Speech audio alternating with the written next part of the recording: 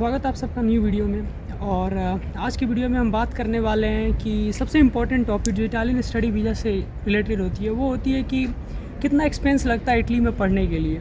तो आज की वीडियो में हम उसी पे बात करने वाले हैं। और अभी मैं हूँ मेसिना के सेंटर में, डुओमो में। मेरे पीछे डुओमो है, अभी दिख तो नहीं रही होगी, बट अभी मैं यहाँ पे आया हूँ। सिर्फ सोचा मैं इधर से गुजर रहा था कि यहीं पे वीडियो शूट करते हैं। कभी मैंने डुओमो के पास किया नहीं था, सोचा कि कभी ओपन स्पेस में आते हैं, करते हैं, अच्छे से बात करते हैं पब्लिक प्लेस में आके। तो वीडियो को शुरू करने से पहले मैं बता दूं कि मैं अपना इंट्रोडक्शन दे देता हूं। मेरा नाम नितिल कुमार श्रीवास्तव है और मैं फ़र्स्ट ईयर का स्टूडेंट हूं यूनिवर्सिटी ऑफ मेसिना में। एंड आज की वीडियो में हम बात करने वाले हैं कि कितना टोटल एक्सपेंस आता है इटली में पढ़ने के लिए। तो मैं इस वीडियो को दो भाग में बांटूँगा। तो पहला पार्ट होगा वो होगा आपको कि आप अगर सेल्फ़ एप्लीकेशन करते हो, यानी कि आप खुद से अप्लाई करते हो तो कितना कॉस्ट करेगा, अगर आप किसी कंसल्टेंसीज़ को पे करते हो तो कितना कॉस्ट करेगा। बट यार हाँ, आप कंसल्टेंसीज़ को पे करते हो, जो जेन्युइन कंसल्टेंसीज है इंडिया में, वो तो चार्ज हाई करेंगी, बट वो सारी प्रोसेस आपकी कर देती हैं।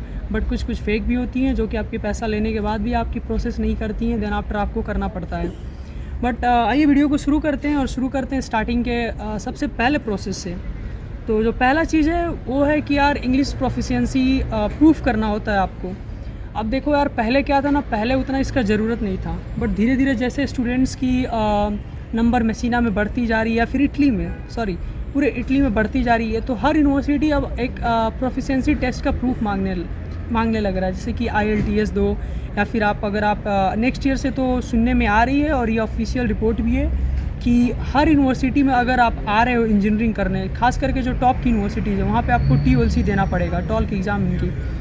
एंड मैं सीधे मुद्दे पे आता हूँ, जो बात कर रहे थे IELTS की। तो यार पहला खर्चा इसका आता है।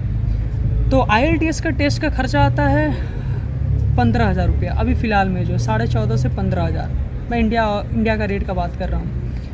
और देखो यार, IELTS कंपलसरी तो नहीं है, बट मैं सबको बोलता हूँ यार IELTS दे दो। इससे क्या होती है कि आपकी फ़ाइल थोड़ी तरह से स्ट्रॉन्ग बन जाती है, उसकी जो स्ट्रॉन्गनेस है, जो उसकी जो एक जेन्युइनिटी है, वो बढ़ जाती है इन द व्यू ऑफ जो इन्विजिलेटर होता है आपका, फ़ाइल देखता है आपकी यूनिवर्सिटी में जब आप अप्लाई करते हो। और दूसरा, आपकी वीज़ा के टाइम पे भी आपकी चांसेस थोड़ी सी बन जाती है, बिकॉज आपकी इंग्लिश प्रोफिशिएंसी रहती है, तो मे बी आपकी इंटरव्यू ना हो। बट इंटरव्यू तो जनरली होती हैं ऑलमोस्ट हर हर कॉन्सुलेट में इंडिया में, एक्सेप्ट दिल्ली जो इस बार नहीं ली, कुछ बच्चों का ली है।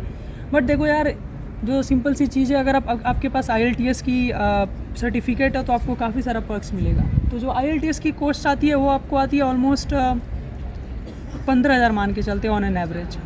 ठीक है, 15,000 IELTS की कॉस्ट मान लेते हैं।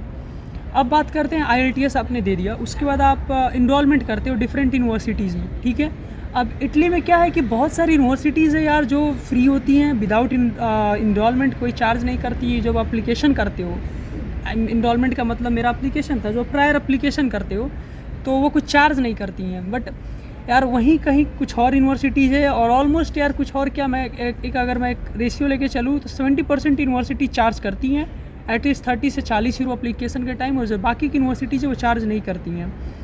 तो वहाँ पर भी आपकी 30 से 40 यूरो आती है पर यूनिवर्सिटी की एप्लीकेशन करने के लिए। एंड हर कोई करता ही है, 6 से 7 यूनिवर्सिटी में फोरसेप साइड। तो मान के चलो वो हो गया आपको, अगर हम पूरा कैलकुलेट करें, 6 यूनिवर्सिटी में भी करते हो तो 180 यूरोज़, जो कि अभी के इंडियन रेट के अनुसार हो गया आपको वहीं समवेयर अराउंड 16,000। ठीक है, एक हम पर्टिकुलर रेट लेके चलते कि 16,000 आपकी यहाँ पे खर्चा हो गया एप्लीकेशन के टाइम। अब आपने एप्लीकेशन कर दिया, IELTS दे दिया, IELTS में आपने 15,000 पे किया, 16,000, तो पूरे मिलके होते हैं 31,000। ठीक है, और ये मैं आपको बता रहा हूँ, आप सेल्फ कर रहे हो। अगर आप किसी कंसल्टेंसी के थ्रू जा रहे हो, जो जेन्युइन कंसल्टेंसीज हैं, वो आपसे एटलीस्ट 1.5 लाख, 1 लाख, 2 लाख चार्ज करेंगी। बाकी वो सर्विसेज आपको प्रोवाइड करेंगी, फिर भी आपको IELTS देना पड़ेगा। IELTS भी उसमें साइड में रख देना। तो अगर आप सेल्फ एप्लीकेशन करते हो तो आपकी 31,000 आती है at the time of application, up to the time of application. After application जो आपकी जो खर्चे आने वाली हैं वो आने वाली है जब आप डॉक्यूमेंटेशन प्रोसेस स्टार्ट करते हो, उसमें आती है HRD अटेस्टेशन। अब देखो क्या होता है, हर स्टेट में HRD अटेस्टेशन का अपना ऑफिस होता है, वहाँ पे डिफरेंट चार्जेस है। बट एक मैं ऑन एन एवरेज चार्ज की बात करूँ तो वो 300 to 500 वेरी करता है HRD अटेस्टेशन का।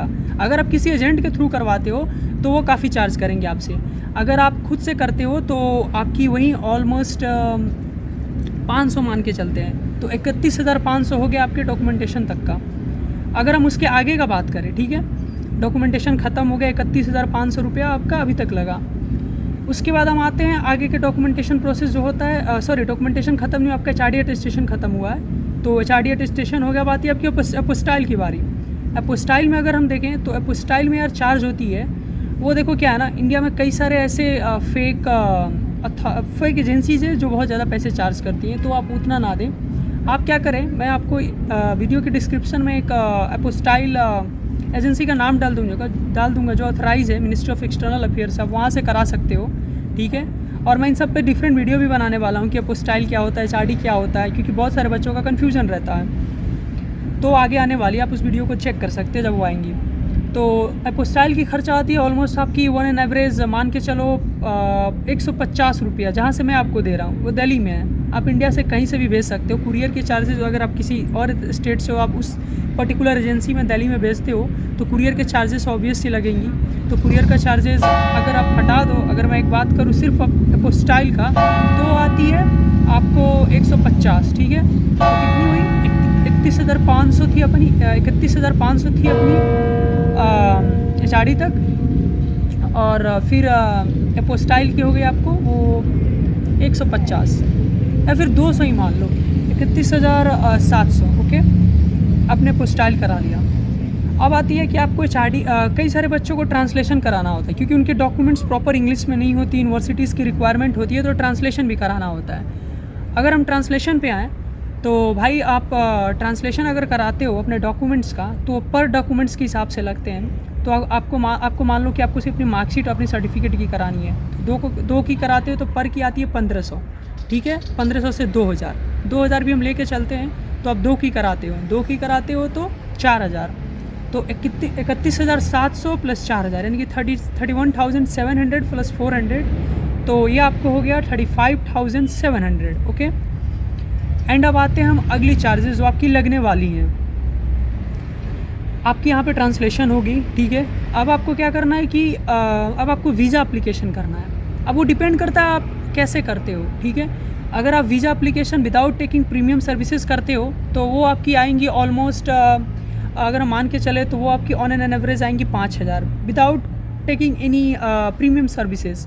तो आप प्रीमियम ही नहीं लेना, मैं तो आपको पहले बोल रहा था प्रीमियम नहीं लेना, प्रीमियम लेने का कुछ फ़ायदा नहीं है। मैंने लिया था, कुछ नहीं हुआ, बस थोड़ा सा आपको मैं उस पर भी वीडियो बना दूंगा, आपको मालूम चल जाएगा क्या करना होता है वहाँ जाके, तो आप कर सकते हो उस वीडियो को देखने के बाद। अभी तो बहुत टाइम है, मैं वीडियो बना के डाल दूंगा।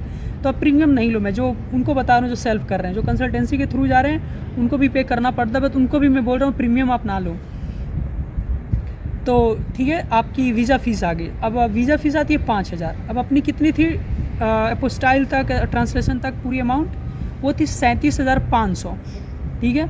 अब यहाँ पे होगी अपने ऐड ऑन करेंगे 5,000, जो कि होती है 42,500, ठीक है। अपने वीज़ा फाइल कर दिया। अब क्या आती है, देखो यार, वीज़ा से पहले कितने लोग स्कॉलरशिप भी फाइल करते हैं यूनिवर्सिटीज़ में। अब स्कॉलरशिप पे भी वीडियो बनाने वाला हूँ कि स्कॉलरशिप की प्रोसेस कैसे पूरी वर्क करती है, कैसे यहाँ पे फ्री स्कॉलरशिप सबको मिलता है, फ्री में पढ़ते हैं आके। तो उससे पहले मैं बात कर लेता हूँ स्कॉलरशिप की। अगर आप डॉक्यूमेंटेशन करते हो तो उसमें कितना खर्चा आता है। देखो, अगर आप स्कॉलरशिप की डॉक्यूमेंटेशन करते हो तो उसमें ऑन एन एवरेज आपकी खर्चे आएंगी, वो आएगी आपको मान के चलो 3 से 4,000 भी मान के चलते हैं, क्योंकि उसमें आपको अपनी फैमिली इनकम सर्टिफिकेट, अपने बैंक स्टेटमेंट जो आप 31 दिसंबर प्रीवियस ईयर की निकालते हो, तो इस पर भी मैं वीडियो बनाने वाला हूँ। बहुत लोग कंफ्यूज होते हैं कि भाई कैसे बैंक स्टेटमेंट हम सिर्फ 31 दिसंबर पिछले साल का ही क्यों निकालते हैं, क्या रीज़न है।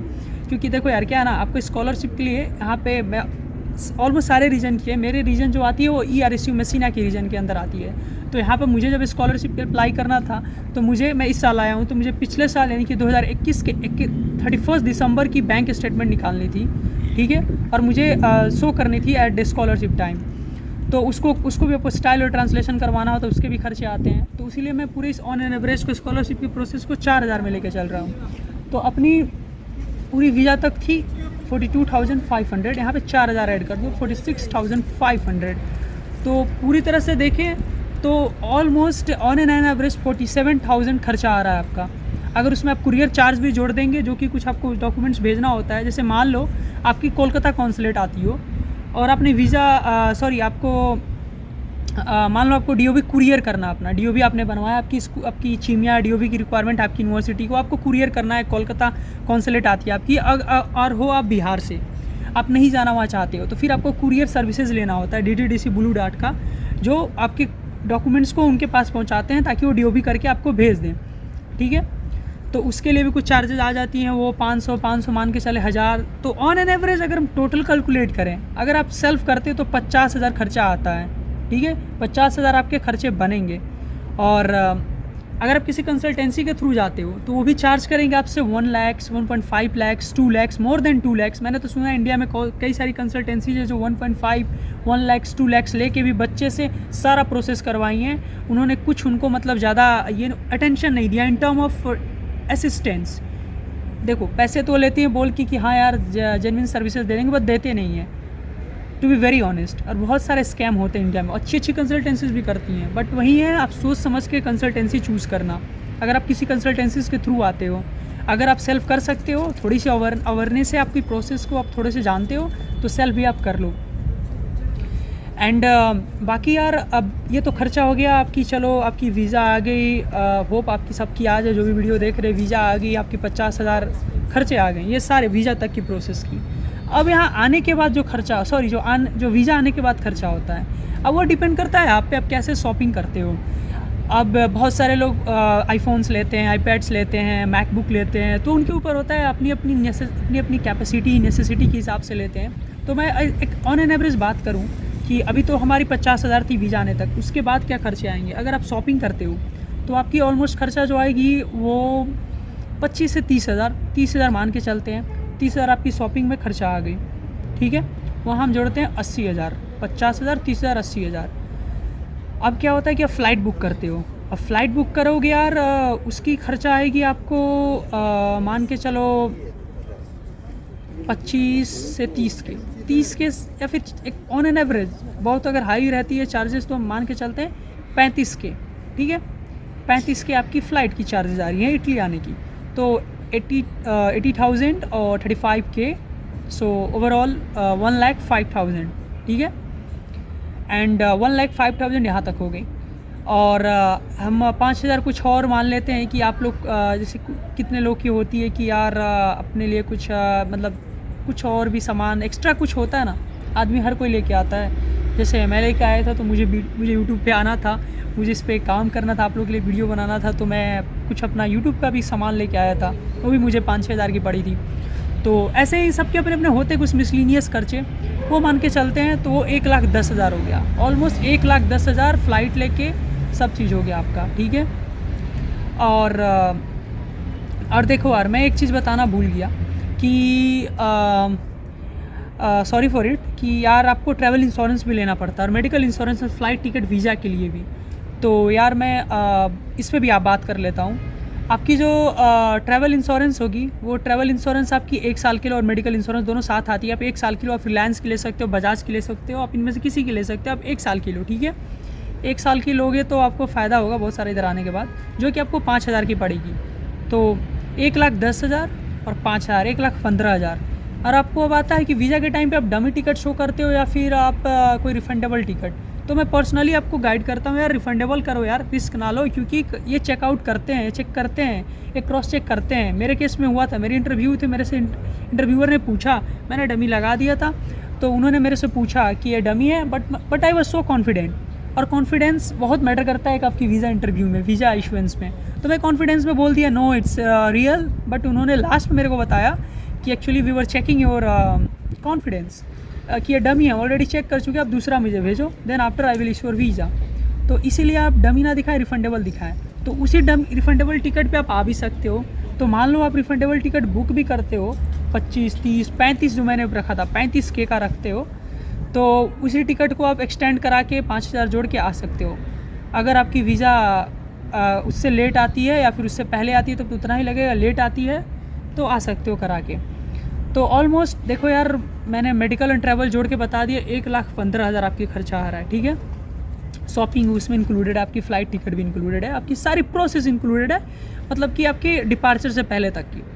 अब इधर आने के बाद आपको लेके आने पड़ेंगे एटलीस्ट 1.5 लैक्स 1.5 लैक्स आपको, मतलब कि कम से कम यार घर से 1,50,000 लेके आना पड़ेगा, एटलीस्ट 1,30,000 मिनिमम, ठीक है। 1,50,000 लाओगे अच्छा है, क्योंकि इधर कुछ डॉक्यूमेंटेशन प्रोसेस होते हैं। इधर आने के बाद आपको इधर इनरोलमेंट करना है, परमिशो दे सोजोर्नो करना है, उसमें कुछ खर्चे होते हैं। फिर आप इधर जब तक आपकी स्कॉलरशिप नहीं आती, आपको कुछ अपने दम पे रहना होगा 1-2 मंथ, जब तक आपको जॉब नहीं मिल जाती है, तो आपको ये सब करना पड़ेगा।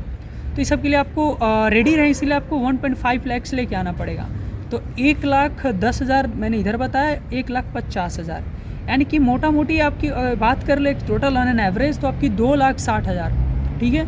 मतलब 2,60,000, 2,50,000 से 2,60,000 आपकी टोटल खर्चा आ रहा है इटली पढ़ने का। अगर आप इस बजट में आते हो तो, अगर आप ज़्यादा शॉपिंग करके आते हो, आपकी अगर उतनी कैपेसिटी है कि no you want to just buy something like iPads, iPhones, MacBooks and some expensive items, तो वो अलग चीज़ है। बाकी on an average 2.5 lakhs and up to 2.6 lakhs perfect amount है इटली में पढ़ने के लिए।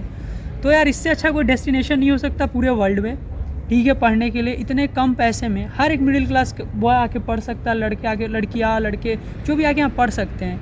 इटली काफ़ी बेस्ट जगह है, काफ़ी सुंदर जगह है, और अभी मैं मेसिना के काफ़ी सुंदर जगह पे खड़ा हूँ, सबसे फेमस जगह डुओमो के पास।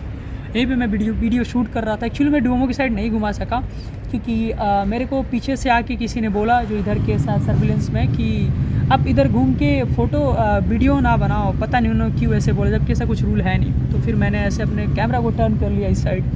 बाकी यार मैंने सारा चीज़ एक्सप्लेन कर दिया। आप वीडियो को लाइक करें यार, शेयर करें, कमेंट करें, और चैनल को सब्सक्राइब करें यार। मैं इतना मेहनत करके वीडियो बनाता हूँ, प्लीज़ चैनल को सब्सक्राइब करें, ताकि मुझे और मोटिवेशन मिले, और सारे मैं वीडियोज़ लाऊँ, और वो तो मैं लाने वाला हूँ आप लोगों के लिए। तो फिर मिलते हैं नेक्स्ट वीडियो में, तब तक के लिए आप सब ध्यान रखें।